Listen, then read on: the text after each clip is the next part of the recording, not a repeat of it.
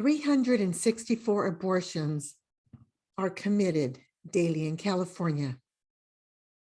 1 in 4 women has abortions. Sad but true. For the next 30 minutes, I'm going to share with you what it means for a woman to have a choice and how you can help preserve a life. First of all, thank you for being here. I'm Dr. Marianne Cintron. I'm going to share my screen because I have an amazing PowerPoint to share with you today. Let me enlarge this. If you're watching this by podcast, you're going to have to go to the YouTube because the slides are amazing. The title of this presentation is, "It's a Baby, You're a Mommy." And I quote Luke 1, chapter 1, verse 41, which shows a picture of Mary greeting Elizabeth, who's pregnant, 6 months pregnant, and John the Baptist leaps in Elizabeth's womb, is so excited at the announcement that Mary is going to have a baby. I'm Dr. Marianne Cintron. I've been an educator for 23 years. So I have 3 podcast channels, 3 YouTube channels. I'm a speaker. I'm an author of 7 books. My recent books are I'm Going to Be a Big Brother, which is a series of 12 books. And it's a pro-life Big Brother book, and Powerful Parenting, which has 23 inspirational stories centered around traditional family values. I want to introduce you to my family. On the far right here, I have my daughter, Laura, my son, Richard, and I have Richard's girlfriend, and I have Laura's husband, Michael. So as you can see, Nicolina is pregnant, and actually little baby Olivia was born March, March 3rd, March 2nd. Oh my goodness. So I'm a new grandma, and here's my husband, Will, who's a very friendly, loving guy. I've been married to him for 32 years. And Randy is my handsome, single stepson of 40. He's about 43. We're a very close family. Family means a lot to us. So the learning outcomes today are, you're going to learn about the miraculous stages of the growth of the baby in the womb, about the ways of taking action to save babies' lives, how to speak to women with unplanned pregnancies. Before I share how to preserve the life of a newborn, may I share my own journey and why I'm so passionate about this. I went to 12 years of Catholic schools. My mother worked in the convent and in the rectory. She was a housekeeper, ironing and washing and cleaning. She put 6 of us kids through school at one time. And she taught us about the love of God, which never left me. 20 years later, in 1999, I returned to school and I took a human growth and development class at a prominent Christian university. And the professor did not even share scriptures or talk about life in the womb matters the way God put that passion in my heart. She talked about the baby as an embryo or a zygote. But 4 years later, God allowed me to teach that same human growth and development class. And I talked about life in the womb matters. I shared Jeremiah 29:11, which says, "I formed you in your mother's womb. You were intricately fashioned." About the same time, my daughter was in 5th grade in public school, and I received a letter asking her to participate in sex ed, which I immediately declined, saying that it's the parent's responsibility, as I learned from Dr. James Dobson, to teach the children about sex. My daughter was competing for Little Miss San Dimas. She was in gymnastics. She was a dancer. She had better things to do with her fun young life than to have that stripped away from her and being taught about sex ed in 5th grade. So the principal called me, letting me know I was the only parent not letting my child participate. And I didn't care because, as I said, I believe it's the parents' responsibility to teach the children, and I still do. So when I picked Laura up from school, I told her how proud I was of her, not making a fuss. And you know what? She didn't even care. We went out and had an ice cream together, and we had a fun afternoon. So fast forward to January 2021, the Love Life Ministry at my church. This is where my husband and I began to serve. We get informed about abortion, we pray, and we have a call to action. The Lord was calling me to write 2 books, a pro-life children's book and powerful parenting. Suddenly, the Love Life Conference taught me about comprehensive sex ed, being taught by liberal teachers and even Planned Parenthood trained staff, paid for by the government and by our teachers' unions. And it was all revived even last week when I went to a phantom event. Whose children are they? Amazing. So the problem is people aren't taking the time to learn what pro-life means or what pro-choice means. Abortion is used as a birth control and it ends life. The ramifications of having an abortion is deadly for the baby and harmful for the mother and father, physically and emotionally. As a result, girls are getting pregnant at young ages and having abortions. 50% of women have repeat abortions, and the depression suffered by these women and some men lasts 5 to 15 years, even 40 to 45 years. And it doesn't have to be that way.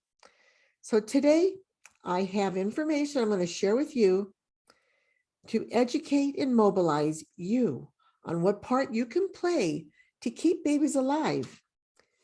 How many of these unborn babies would be the geniuses God is sending us for inventions, solutions, and the cures for tomorrow?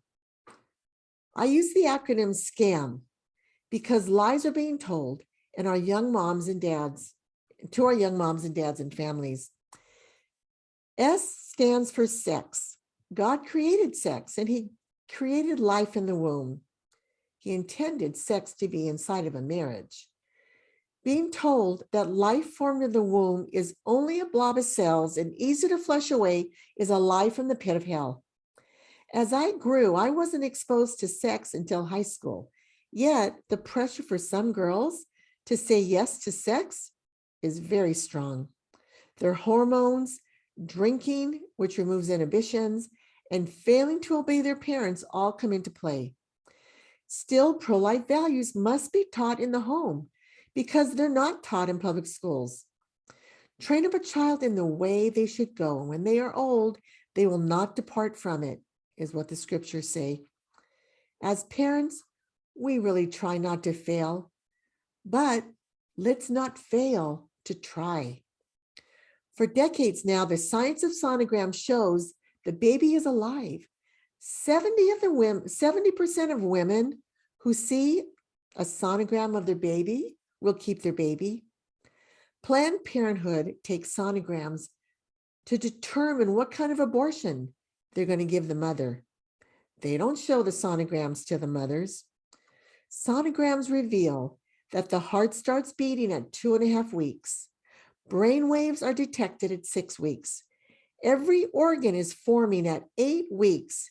And by 8 weeks, a baby responds to touch.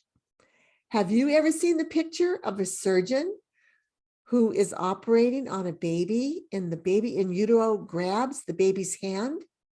Here's a slide of baby Neve Atkins from January 2013. Quote, "The doctor called me over and said, 'Hey, she's grabbing my finger.' Did you know that Neve, spelled backwards, is heaven?" The second lie is a misconception that when sex out of marriage results in an unplanned pregnancy, even in a marriage, if it's unplanned, that it's an inconvenience and needs to be terminated.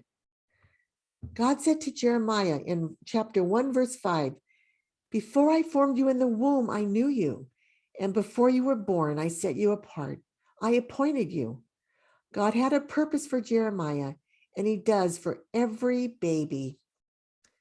This slide represents the endangered animals that everybody cares so much about. The gorilla, the ant, the cats, the dogs. What about human life? So David says in the Psalm, King David, you created me. You created my inmost being. You knit me together in my mother's womb. I praise you, for I am fearfully and wonderfully made. Your works are wonderful. I know that full well. My frame wasn't hidden from you when I was made in secret, when I was woven together in the depths of the earth.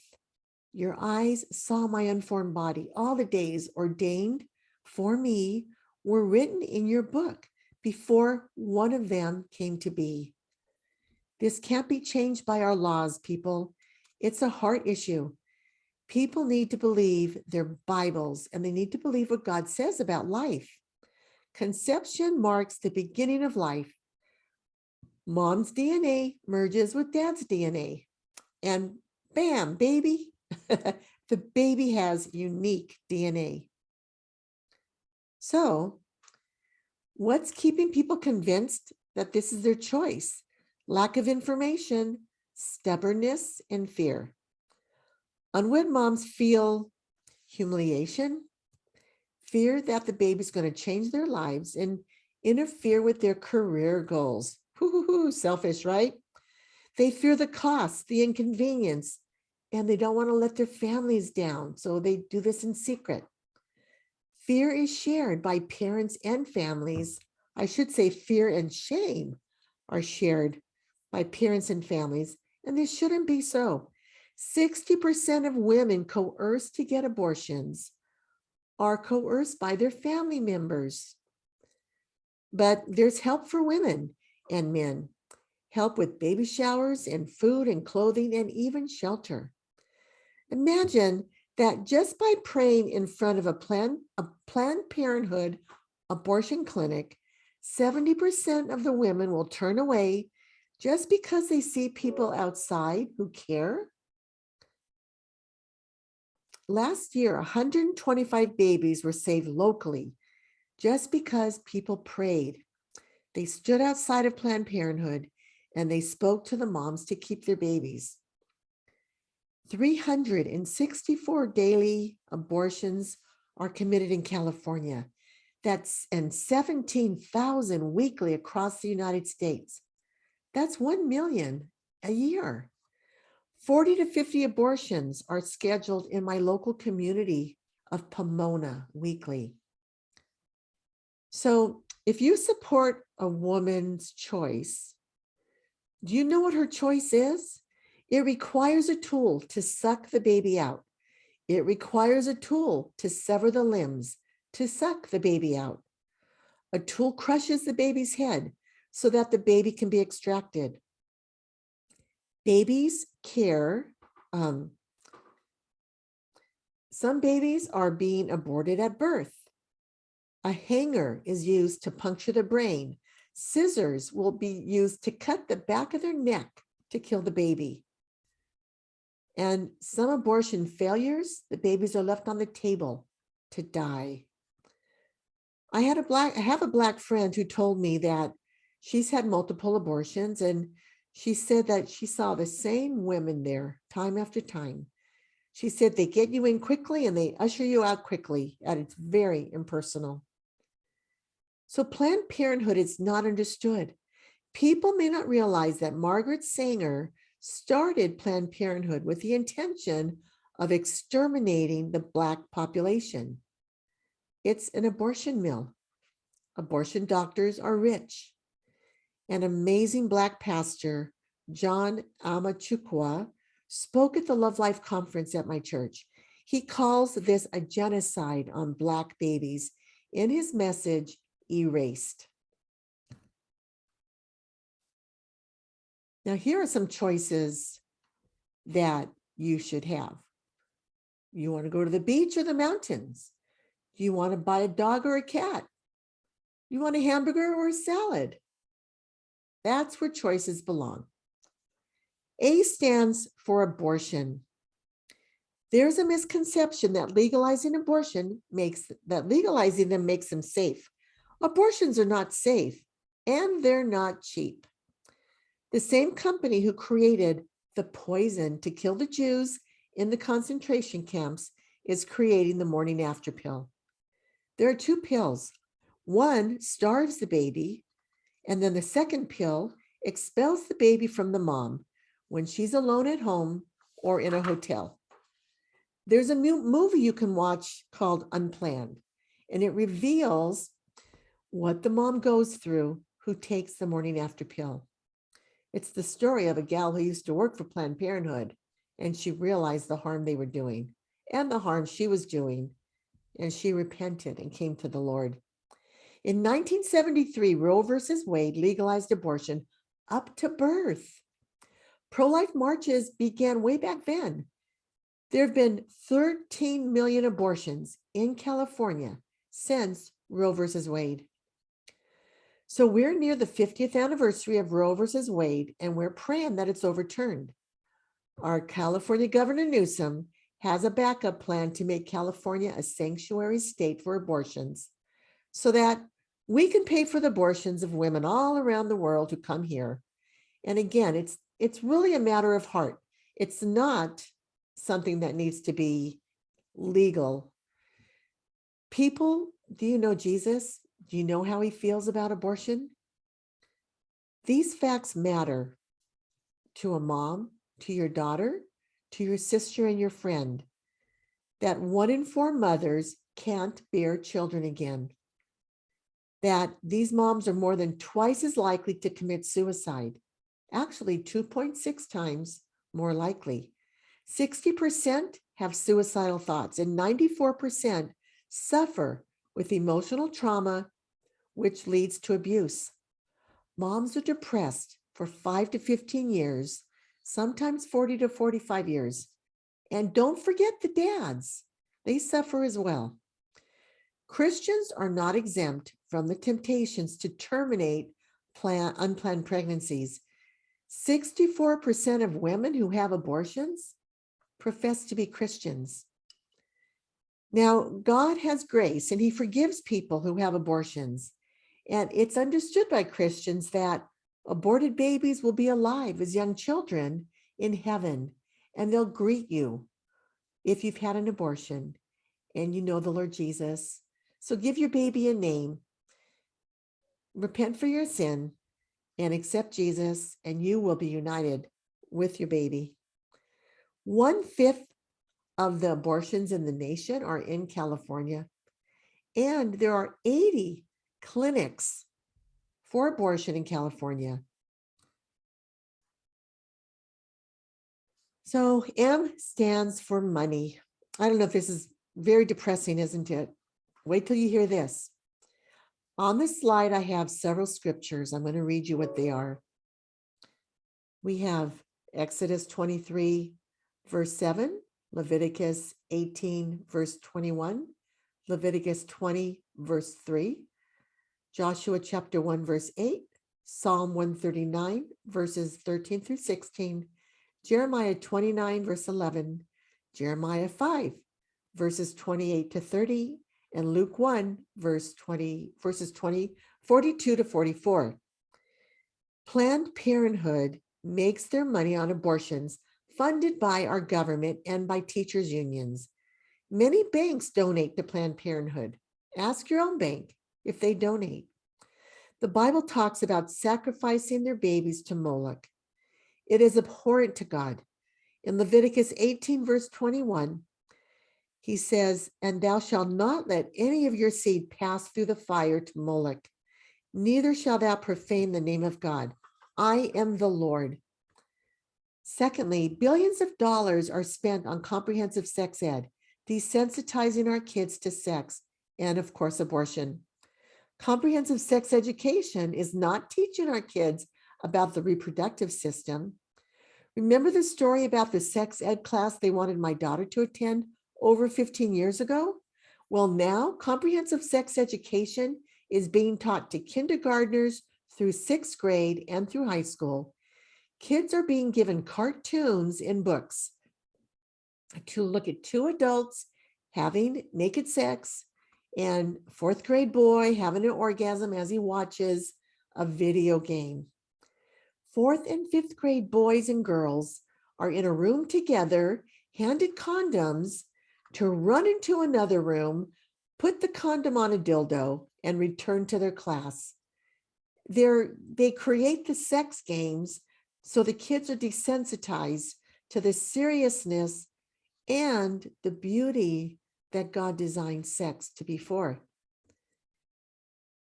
So, teachers are from this family event, I learned that teachers are leaving the classrooms because they don't want to teach the sex ed. So what happens? Planned Parenthood sends in their staff that's been trained. And this was one of the women that spoke at the Love Life conference that first raised my awareness to this. She was one of those teachers to teach this sex ed. Comprehensive sex ed, there's 5 points I'm going to tell you what it does. It teaches children how to obtain birth control, the morning after pill, and get an abortion, all without parental knowledge. 2, it equates vaginal sex with anal sex. 3, it communicates acceptance of sex outside of marriage.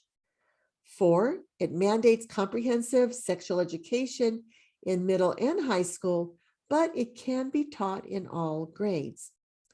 And 5, it provides online links to sexually provocative websites like plannedparenthood.org/teen, sexetc.org, and scarletteen.com.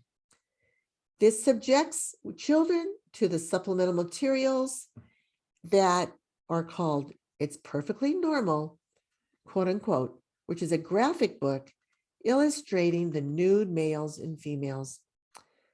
So related to money, what are the costs of abortions? Do you know if your tax dollars are paying for them?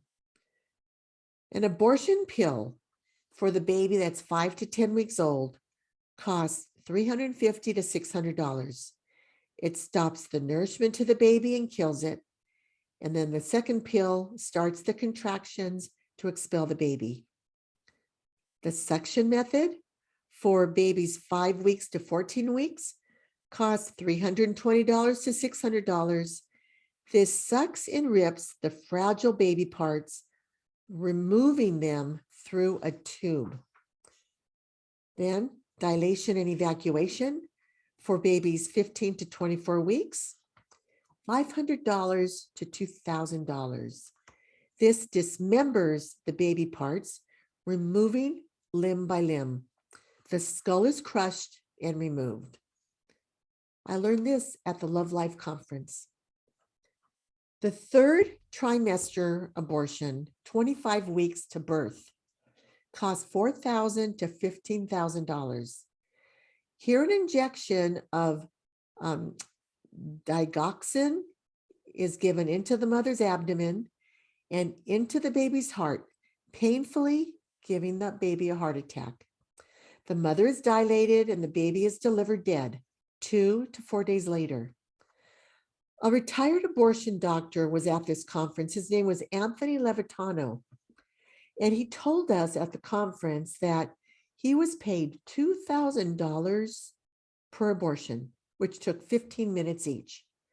If he did 4 abortions per hour, that was $8,000.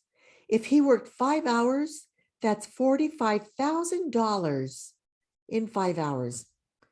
I learned that OBGYN surgeons are trained to do abortions. Ask your OBGYN if he or she was trained. The doctor told us that after removing each piece of the baby during the abortion, he'd say to the mom, "I defend your right to choose." And you should hear Dr. Levitano's own story about how he stopped doing abortions. You can watch that on YouTube. So parents and grandparents need to speak up for this generation of kids. Here's our beautiful Olivia. What you can do is make a donation to help purchase a sonogram machine, and you can vote for pro-life candidates. Here's my son with his daughter, and here's my daughter Laura holding her beautiful niece. So pregnancy centers like Choices and Options are there to help moms and dads. Talk to your church about being a refuge for these women as well. You can march with our Love Life ministries, and you can speak to your school boards, asking to look at the curriculum and asking to talk to the young girls about choosing celibacy before they get married. So the phone number for Choices is 909-444-2999. The phone number for Options is 626-671-0582. And you can reach me at 626-629-3024. I'm Dr. Marianne Cintron. I appreciate your time watching this to the end. Will you donate today? Will you call Choices or Options? Or give me a call with your questions? Remember, a life preserved is well deserved.